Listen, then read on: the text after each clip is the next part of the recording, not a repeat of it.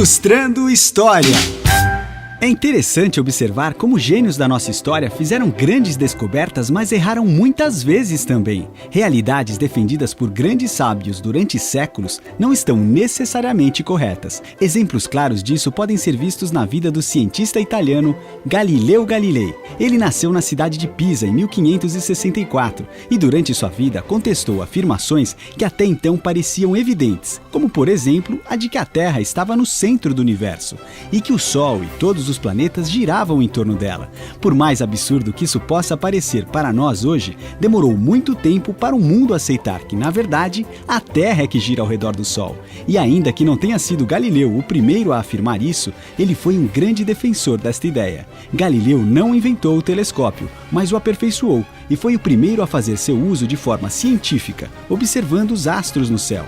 Através de suas observações, Galileu descobriu, por exemplo, que a superfície da Lua não era lisa como se imaginava, mas cheia de crateras e montanhas. Observou que ao redor do planeta Júpiter giram 4 luas e descobriu também as fases do planeta Vênus, crescente e minguante.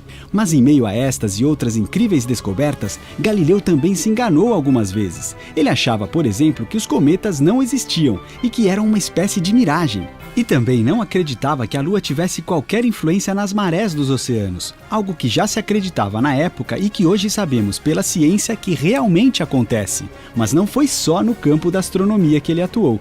Dizem que certa vez, quando assistia a uma missa na Catedral de Pisa, Galileu observou como um candelabro pendurado no teto balançava e notou que, ainda que o balanço fosse diminuindo de amplitude, o tempo que levava de um lado para o outro não se alterava. Esta simples observação o levou a se aprofundar nos estudos sobre o pêndulo, o que contribuiu para o desenvolvimento de relógios muito mais precisos, algo essencial para a ciência e para as navegações. O bom senso nos levaria a crer que objetos mais leves caiam mais lentamente do que os mais pesados, não é mesmo? Pois Galileu chegou à conclusão de que, se não houvesse a resistência do ar, todos os corpos de qualquer peso ou forma cairiam na mesma velocidade. E ele estava certo. Este teste também foi comprovado na Lua, onde não há atmosfera. Quase 500 anos depois de sua morte, quando o primeiro astronauta chegou lá e soltou da mesma altura um martelo e uma pena, e ambos tocaram o solo exatamente no mesmo instante. Foi estudando, observando e fazendo experiências, acertando e errando, que Galileu Galilei tornou-se fundamental para a revolução científica, matematizando a ciência e ajudando a explicar como as coisas funcionam no nosso planeta e no universo onde estamos.